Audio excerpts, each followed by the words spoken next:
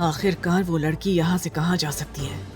कहीं ऐसा तो नहीं कि मैंने उसे धमकाया, उस वजह से वो यहाँ से चली गई हो, या फिर उसे ये लगने लगा हो कि उसकी सच्चाई मुझे पता चल चुकी है, इसीलिए वो यहाँ से भाग गई। ये सोचते ही एक बार फिर अरमान को उससे नफरत होने लगी। वो बोला, तुम कहीं भी जाकर छुपो, मैं तुम्हें हर हाल में ढूंढ लूंगा। और अगर ये सच है कि किसी ने तुम्हें मेरी जिंदगी में किसी मिशन के लिए भेजा है, तो अब मैं तुम्हें ऐसी सजा दूंगा कि तुम्हारी रूह तक कांप जाएगी। अरमान ने देव को बुलाया और ऑर्डर देते हुए कहा, पूरा मॉल ब्लॉक कर दो। अब मेरी मर्जी के बगैर इस मॉल से कोई भी बाहर नहीं निकलना चाहिए। देव फौरन वहां से निकल गया। तभी अरमान को अपने ऊपर किसी की गहरी नजरें महसूस होने लगी। जैसे ही उसने अपनी नजरें उठाकर सामने देखा, वहां उसे कोई नजर नहीं आया। वहां मलाइका थी, जो अब तक एकटक अरमान को देख रही थी। वो अरमान को अपनी तरफ देखते हुए पाकर तुरंत किनारे छिप गई। वो तुरंत पीछे की तरफ छिप गई, जिसकी वजह से अरमान उसे देख नहीं पाया। मलाइका ने मन ही मन कहा, मुझे अब ज्यादा देर तक इस मॉल में नहीं रुकना चाहिए। वैसे भी मैं उस लड़की को तो पहले ही ठिकाने लगा चुकी हूं। तो ये सोचते हुए मलाइका रैंडम कपड़े देखते हुए धीरे धीरे वहां से खिसकने लगी। लेकिन इससे पहले कि मलाइका मॉल से बाहर निकल पाती, ठीक उसी वक्त अरमान के सिक्योरिटी गार्ड्स ने पूरे मॉल को ब्लॉक कर दिया। मॉल के वर्कर्स एक जगह जमा हो गए थे और कस्टमर्स को बहुत पोलाइटली हैंडल करने लगे। सर, मैडम, बस 5 मिनट के लिए आप सभी फर्स्ट फ्लोर पर चले जाइए।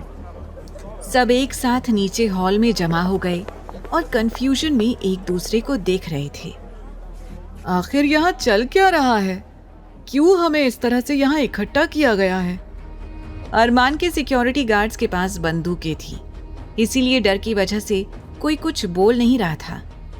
अरमान ने ऊपर सेकंड फ्लोर से ही नीचे खड़े हुए सारे लोगों को देखना शुरू कर दिया था, लेकिन उन सबके बीच आस्था उसे कहीं भी दिखाई नहीं दे रही थी। तो वो हैरान हो गया। अरमान मन में बोला, यहाँ तो मॉल का हर आदमी है, फिर वो लड़की क्यों नहीं है? आखिर वो कहाँ जा सकती है? अरमान ने अपने सिक्योरिटी गार्ड्स को मॉल के हर एरिया में चेक करने के लिए भेज दिया था। उसे डाउट था कि कहीं कोई रह तो नहीं गया। जिस तरह से अरमान आस्था को ढूंढ रहा था, उसे बहुत बुरा लग रहा था और वो नफरत से सोचने लगी, आखिर ये लड़की है कौन जो अरमान उसे ढूंढने के लिए इतना ज्यादा पागल हो गया है। लेकिन सीधे तरीके से वो अरमान से कुछ नहीं कह सकती थी और ना ही आस्था के बारे में पूछ सकती थी। वो सिर्फ चुपके से उसका पता लगाना चाहती थी। लेकिन तभी उसे आस्था की याद आई और वो मुस्कुराते हुए बोली, अब तो वो लड़की कुछ ही देर में मरने वाली होगी। वहीं दूसरी ओर आस्था को उस चेंजिंग रूम में कैद हुए 1.5 घंटे से ज्यादा हो चुका था। अब उसकी आंखें हल्की हल्की खुल रही थीं, हल्की हल्की बंद हो रही थीं। वो बुरी तरह से आधी बेहोशी की हालत में पहुंच चुकी थी। सुमित, आकाश, ध्रुव और आहान सभी एक बार फिर अरमान के पास आ गए। अब चारों का मुंह पूरी तरह से उतरा हुआ था। अरमान भी अब थोड़ा सा परेशान हो उठा था। अरमान मन ही मन बोला, अगर आस्था नहीं मिली तो दादाजी क्या सोचेंगे? क्या दादाजी मुझे कभी माफ कर पाएंगे? नहीं, मैं हर हाल में उस लड़की को ढूंढ कर रहूंगा। उसकी वजह से मैं अपने दादाजी को किसी भी कीमत पर नाराज नहीं कर सकता। ये सब सोचते हुए अरमान ने जल्दी ही सिक्योरिटी गार्ड्स को अपने पास बुलाया और बोला, इस एरिया और चेंजिंग रूम के बाहर का सीसीटीवी फुटेज लेकर आओ और लड़की जब मेरे साथ थी ठीक उसी वक्त की फुटेज चलाओ।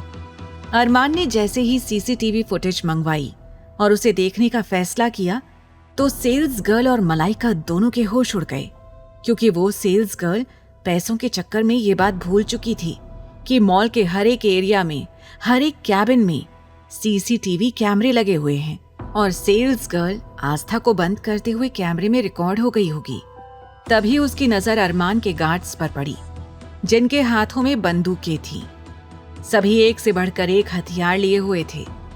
सेल्स गर्ल मन में बोली, अगर मेरी सच्चाई सामने आ गई तो ये लोग मेरे साथ क्या करेंगे? मुझे कौन सी सजा देंगे?